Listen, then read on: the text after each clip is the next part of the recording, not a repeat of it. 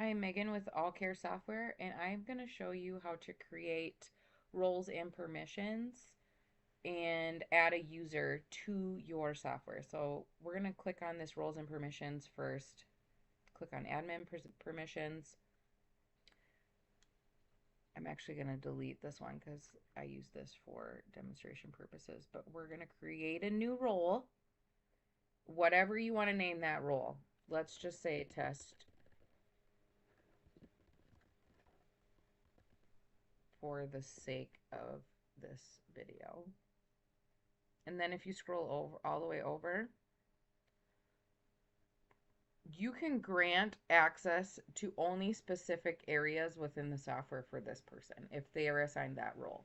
So like let's say for your test QPs, you only want them to have access to the client information tab. So you would select whatever within the client tab that you want them to have access to. If you don't want them to be able to create a client, you only want them to be able to view a client, you would leave this blank. So anything that you check grants them access to that specific portion of the software.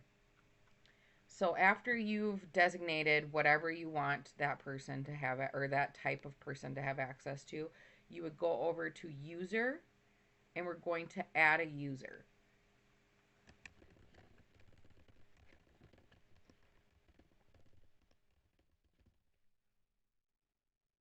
You select that role that you want them to have. So we're going to do test QP because that's the one that we created today. And then enter in their email address. You will create them a username and a temporary password. So we'll just say test 234 exclamation point. Once you hit save and close, it will send them an email.